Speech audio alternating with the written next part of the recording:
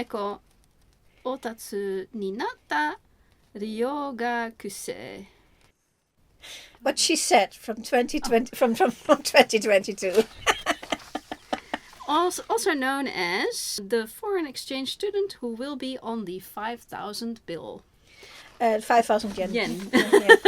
And she is. There, I will show you Bill. Well, they showed it in the movie as well. Yes.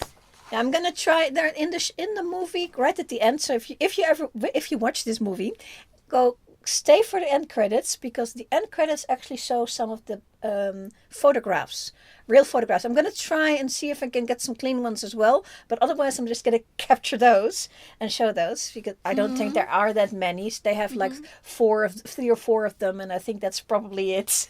Well, for a biofilm, I really like being able to see at the end. Like, yes. What was she really like, or in her office and in the school, and when she was young, it's like, what was she wearing? Yes. Yeah.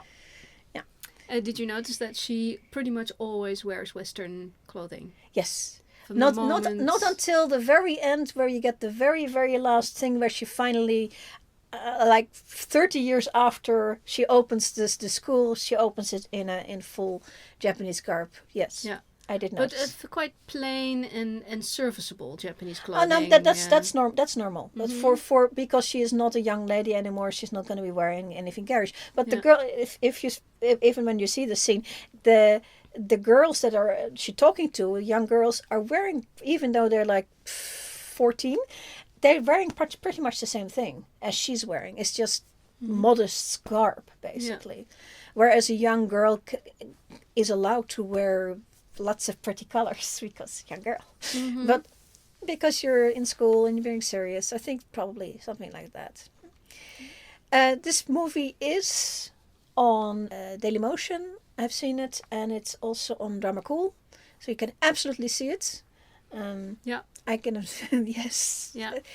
It's really worthwhile. We also, a few years ago, watched the entire drama series, the taiga drama Atsuhime, which is Princess Atsu. This was the story of a young woman who was selected to become the consort of the shogun.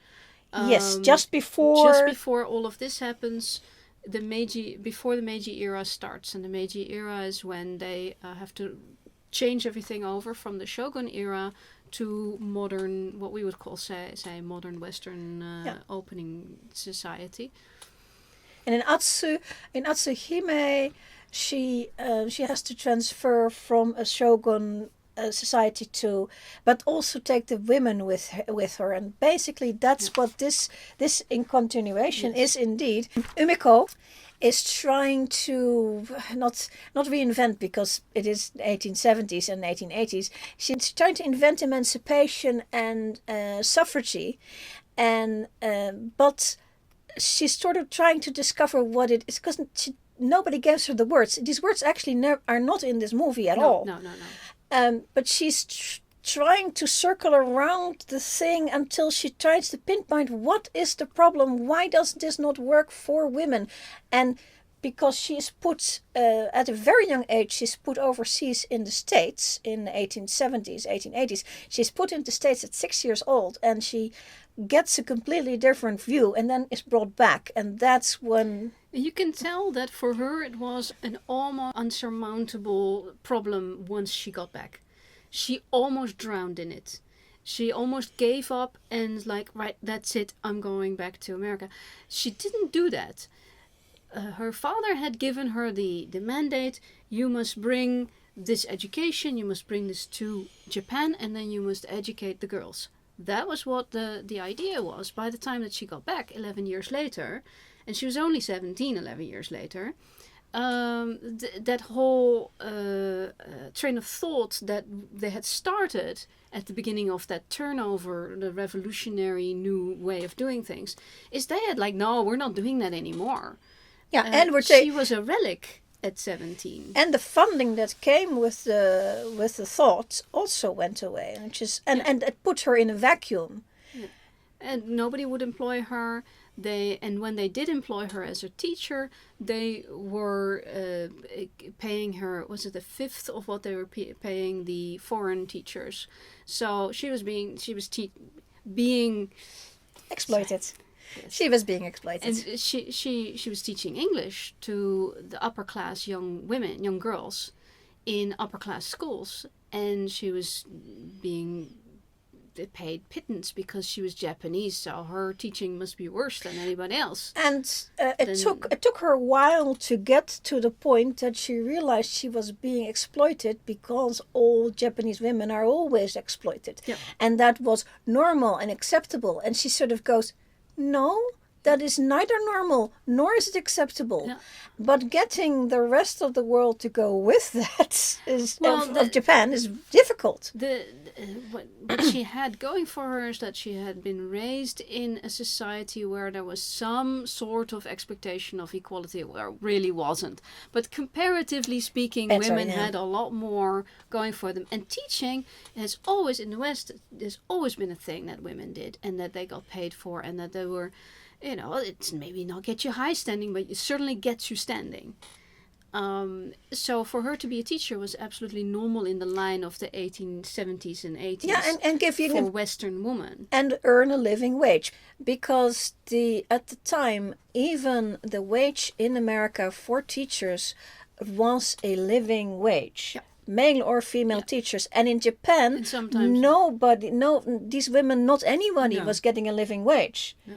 A foreigner maybe, but the foreign women were, but not the Japanese people, and it was not expected, and you cannot make equality on that. But she came off a farm. They don't explain how her dad was actually so high up in this modernization thing. Her dad was ahead of things. Sent her.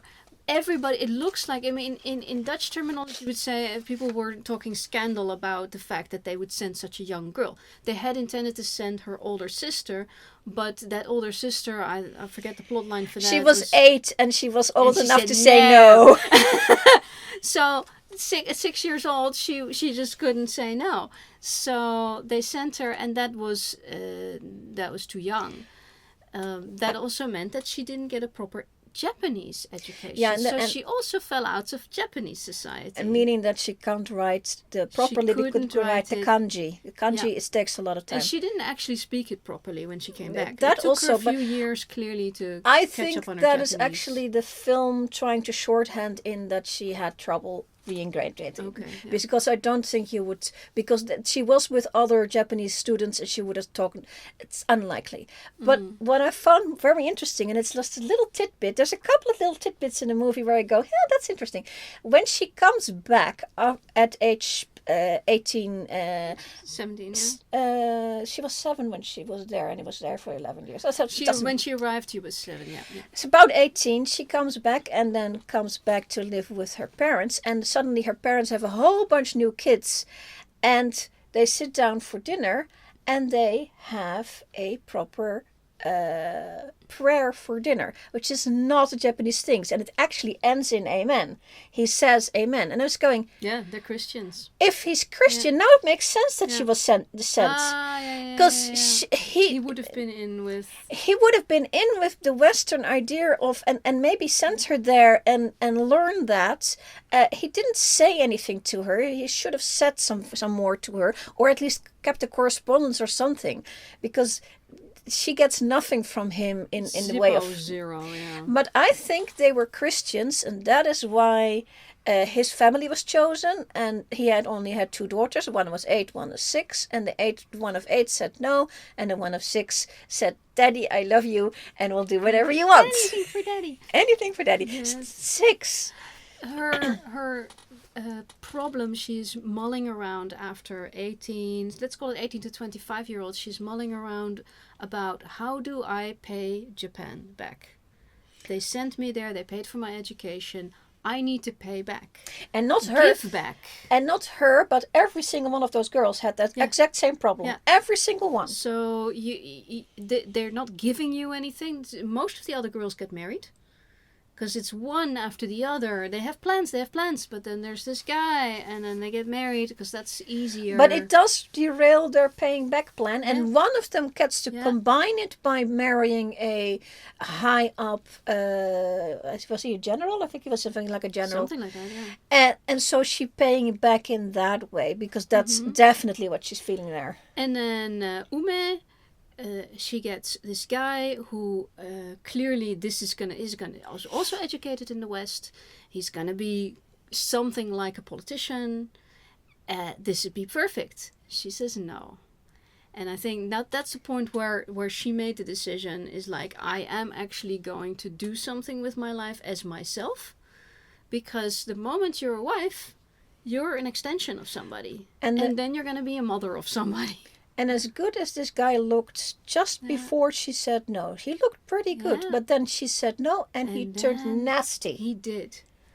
Oh my God. She made the right decision. And this is very interesting, because this is exactly the time when in the Netherlands there was suffrage were going on. And we have a really famous suffragette called Aletta Jacobs. It was about the same time. And she had exactly the same problem. She had a guy, but the Dutch marriage vow says that you have to obey the man. And I don't want to be doing that. I want to be a modern woman. And basically her best friend sat her down, and they assured her, okay, just swear that, because it's in the law, you had to swear it that way. Not anymore, but at that time.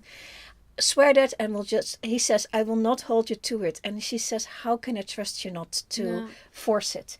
And in the end, she did marry the guy. Because power corrupts. Yes. Absolute power corrupts, absolutely. And you have to find the one guy who you can trust. She did marry this guy, and it turned out fine. But, it's in the Netherlands, we're much further along than Japan was at this time. But the problem is the same.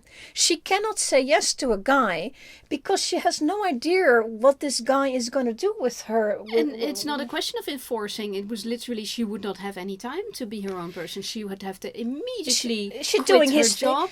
She cannot open her own school for girls. Only if he said that it was okay, then it would be okay. It would be in his. He'd have to be magnanimous enough exactly. to do that. And what one of the other girls did, there was the one girl who was a little bit older.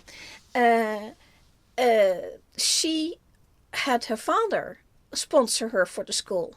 And she ended up not marrying, because if she had married, she would have to be doing what he wants to be doing.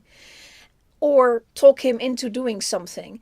And basically that's what it comes down to. You in Japan at this time, you marry somebody and you do what they want to do. And in a lot and of have countries. A baby. So she then goes into the household of Ito, who later becomes the prime minister, but at this point he is not yet. And he's a highly placed official of some sort. And her father didn't tell her about that he had offered her a job. And the reason she finds out that he didn't tell her was because he knew that if she, as a single woman, goes into the household of this high-placed official... who was married and had a daughter. And it doesn't matter who else was there, she was going to get used. And I think he was right. I think she was very lucky that this didn't happen. The reason that Ito actually wanted her was not for her feminine youth, but he wanted her because he wanted to pick her brain. And so he did invite her into the office late at night, and she went in bold.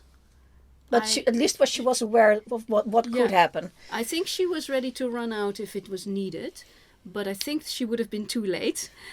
She should have left the door open. That's what I was thinking. Like that, you keep the door open and literally you stack it open with something, with a chair. Yeah. So it's a gentleman and a lady, and that would have been actually. You ask one of the servants to be in the room. If I'm not sure they had many servants, because they did that in the middle. They did that all the way up to the Jane Eyre era. You just put the servants in, and they just sit there and crochet or knit or whatever or sew. Yeah, but they would sit there because you needed a chaperone. But it would have been perfectly acceptable in the West, and I don't know about Japan, for this situation, for her to say, I need the missus here, or we need to leave the door open. The door open, yes. I think the missus couldn't be there because they were literally going to be talking politics. and that would have been not. But the door open is the anything, thing. yeah, any kind of like chaperone type of situation, but they didn't do that, and she was lucky that the guy literally only wanted to pick her brain, and the guy was smart. He does make it to first prime minister of Japan, and so he needed to know from people. There were several of these people in her life that she kept touching base with that said, you know stuff that nobody else knows.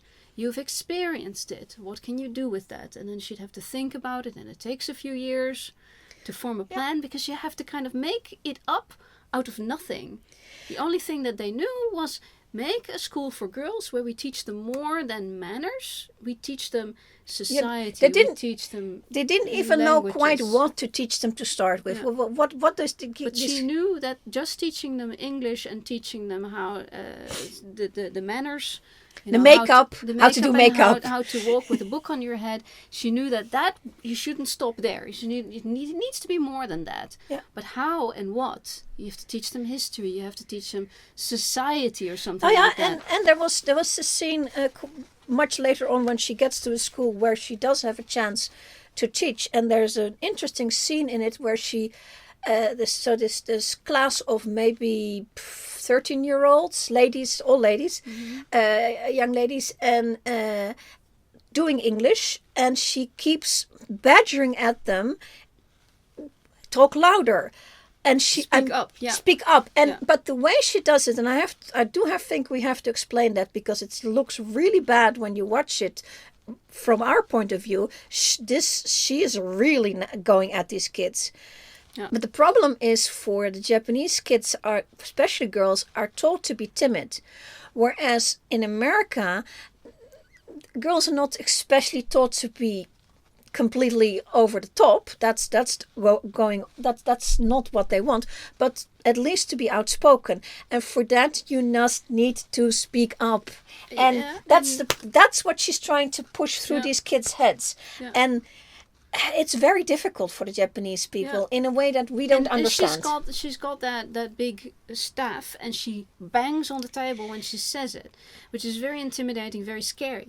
But I'm thinking, okay, that's what they did in those days, so that's fine. They're representing what was done in the 19th century. But I could also think that she was so out of her depths to figure out how to get a rise out of these girls. Is let's just. I'm going to be loud, so you can be loud. Yeah. She's modeling it because there's, of course, the Japanese society is more about we all need to be doing the same thing before it's all right. Yeah. So you need to show that you can be loud. So I will shout at you, and you see it in American coaches as well, the high school coaches and the university coaches, is that they start shouting at. There's usually men shouting at boys, but there's a lot of shouting going on. So that's that same kind of dynamic. Is like, if I can show you that you need to oomph this, then maybe you can do it. It's not actually teaching, it's more like a very rough way of modeling something. But a lot of teaching is also I will show you how to do it because I don't know how to teach it to you. Yes. A long time ago, and I don't think it's. I'll see if I can find it on YouTube. There was a documentary about a Japanese group of girls trying to learn wrestling, fighting, and they were training. And this training is you expect like throws and moves and stuff. No, the entire training consisted of getting these girls to do anything at all. And this is exactly what this looked like. Trying to get through their heads that if you're in a fight, you need to actually. Otherwise, you're gonna get pummeled, and that's what this reminded me so much of. That frustration on part of Umeko. Yeah. And also it shows you how impossible this actually is. Yeah, but she was trying to teach them a language that they couldn't speak, didn't understand, and they wouldn't even speak up. So even if they had learned the language, nobody would understand them because they'd never speak No. up. It's really, really hard. And she didn't even really want to teach him the language. That wasn't what she was there for. It's a step to something. You do stuff in school where you go, why did we even spend years on that? And sometimes it's for a completely different reason. Why did you spend so many years on mathematics? Because you need to learn how to use your brain, not because you need to learn how to do algebra. You know, you're not going to use algebra in most of your professions. But if you've done it once, then your brain has actually had exercise. And so if you come across something that's hard, you can actually sit there and figure it out. And some of the things that you learn in school, and which she doesn't even get to that point, is learn how to learn. And at the moment, she's just trying to cram in information into these kids' heads and get some anything to come out of them at all. Yeah, and what I found interesting, because it didn't go anywhere, was the time they spent on the theater group that they started. That was with all the, let's call it the former expats, all the kids who had studied abroad and are now adults, and they all wanted to do something with the language. So they did, was it a Shakespeare or No, I don't think so. It's like Shaw. It was something. It's too early for Shaw, but it wasn't a Shakespeare. Yeah, but they did an English language play, and it was very cool to watch them do it. And I think something like that actually does a whole lot of things. You can teach, if they often do plays in school, and there's also, it's formative to do plays, And it's fun. And you can do it together, and that's very important in Japanese society, that you all work as a team and that you're all going for this thing together. So I think that would have been a lot more useful to start a theatre group within that school than to bang with the pole. And there was about. Oh yeah, but we don't know if because the school and the theatre group are not at the same time. Yeah, some of the that's right. But that's why I said it didn't go anywhere. But that really was interesting. I think they implied that once she gets to a school, she can start another theatre group within the school. The story takes place over like 40 years and you don't have time to do everything. Yeah. And this kind of movie, this is kind of a box standard Japanese TV movie. These are TV movies in which they do a little bit and leave a lot on the table. Yeah. They do. They also show her, as we've discussed, in Western dress, in Western fashion. And she's comfortable sitting on chairs. She has a chair and a bed in her room at the end as well. She's like this lazy chair that we see her in the final scene. But that's in her own house, not in her parents' house. Yeah, so in her, and it's in her own house. From what I thought is that was actually the school that she had opened up. She was the head of that school for the last 40 years. Yeah, that last bit is a little bit hard to follow. So. Yeah, you're probably supposed to know all this. It is. Some of it's just shorthand, filmic shorthand to show, oh, she lived a life and she has a good ending because there's a beautiful little line at the end and stuff like that. But so films are always shorthand for things, and they have things that the corners that need to be cut. One of the corners that they very much cut was as wonderful is the wardrobe. Because everything is off the rack. The outfits for the little girls are absolutely wrong. They had to get something that fitted. Oh. And basically the only dress that's any good is that one completely white dress. Yeah? Yeah. And all the rest is... Was it horrible? There's one where I think she's actually wearing something backwards to try and make it look right. Oh no! There was one or two with a bustle in the 80s. Yeah, there was the 1880s. Yes, and some of the flounces were correct, but there's a lot of. I think the Japanese garb was actually better than the Western garb. What about the hats? Because she did properly wear hats. She wore a hat, but it wasn't the right kind of hat. It's from the prop department, and I think that if you have a choice between making a movie from prop department stuff and just Do it. and not making a movie at all, is make the movie. Make the movie. Do it. Yes. Always do it. You can always make a better movie later. And it does, and the actors, all of them are wonderful. Yeah. I loved every one of them. Yeah. Very different. One of the problems that a Westerner is going to have for watching Japanese is that you have to identify all the characters pretty quickly, and the demographic is pretty much the same, but they make sure that these girls look quite different. Yeah, I had no problem with it. The guys mostly look different. I have a couple but the guys are not that important. The girls, they look very different. Even the mother, who's the fifth lady in it, is very different look, in a way that anybody can see. I know that they take particular attention to that. I've seen in another thing where people absolutely looked too much alike. They simply color coded them because they realized, okay, that's going to be difficult. Or for modern things, they do like one gentleman with curly hair. There's no gentleman with curly hair in Japan, so they curl their hair. Here they couldn't do that because they wouldn't have had that. They have the Gibson girl hair a little bit too early, which is very good for Japanese hair, but it's too early. Yeah, it's a bit on the early side. Yeah, it's not that important, I think. But for this movie, it doesn't really matter that the fashion is off. The father and the mother, really, that showed us the dynamic very clearly about where they had come from and what would be good not to continue with.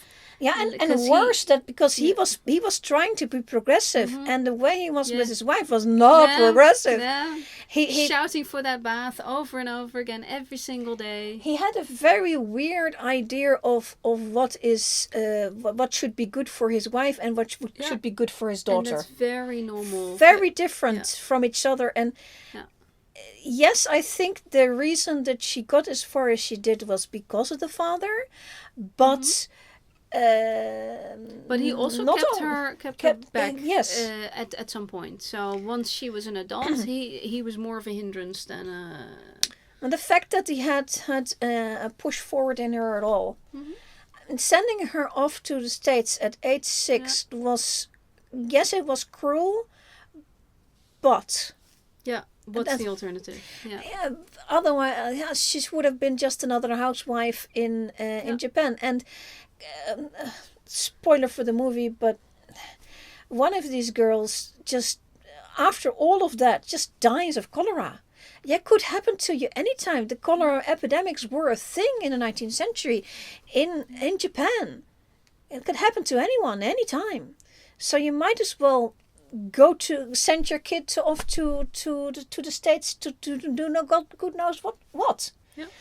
I do assume that he sent them off was sent up with an official institute, and there were people overseeing it. So he was not sending them off to really whatever, but kind of, yes. You don't know if the girl comes back at all, because anything can happen in those 10, 11 years. She could marry locally. Yeah. He can marry at 16, 15 even. Yeah. Yeah. And she could be Americanized and say, "No, forget it. I'm not going back." And I think it's quite possible that the guardianship of her would have been with the people who she was staying with, because she cannot have a guardian that's halfway across the world. That doesn't work that way. So they they specifically say it didn't work because they're given into the guardianship of the ambassador there. Oh. And so he's like, I'm suddenly taking care of 5 girls? What's happening here? One of them turned out to be 6 years old. And then he gets called back, I think. And then the girls some of the girls need to go back. Two of the 5 girls need to go back. After only 1 year. And then they just simply divide the other girls over whoever is there. And she ends up with the American family there. Very nice American family. Yeah. Who help her to then go back once again after she realizes that she can't do anything with just a high school education in Japan. So she needs to go get a university degree, and so she she uses her network, and that starts with those foster parents. Yeah. One of the other girls who was a little older, I think one of them is actually as 13, I think, when she comes, does get a chance to go to college, and she fares better when she comes back. So that's where Umeko gets the idea of, I need to get more education. Yeah. And somebody needs to fund it, which was a problem, but she worked it out. So, this film is about suffrage, about women, position of women, and this is why she's on the bill, because she got there in the end. I don't think the film actually gives you like I'm sure she was party to some laws here and there, but the film doesn't tell you. It doesn't tell you, so there's stuff that you're supposed for the wiki. To know. I'll look it up on the wiki, but it sort of gives you a background picture, landscape picture, of what happened. Yeah, of all the emancipation waves that we've had, there's always been key names.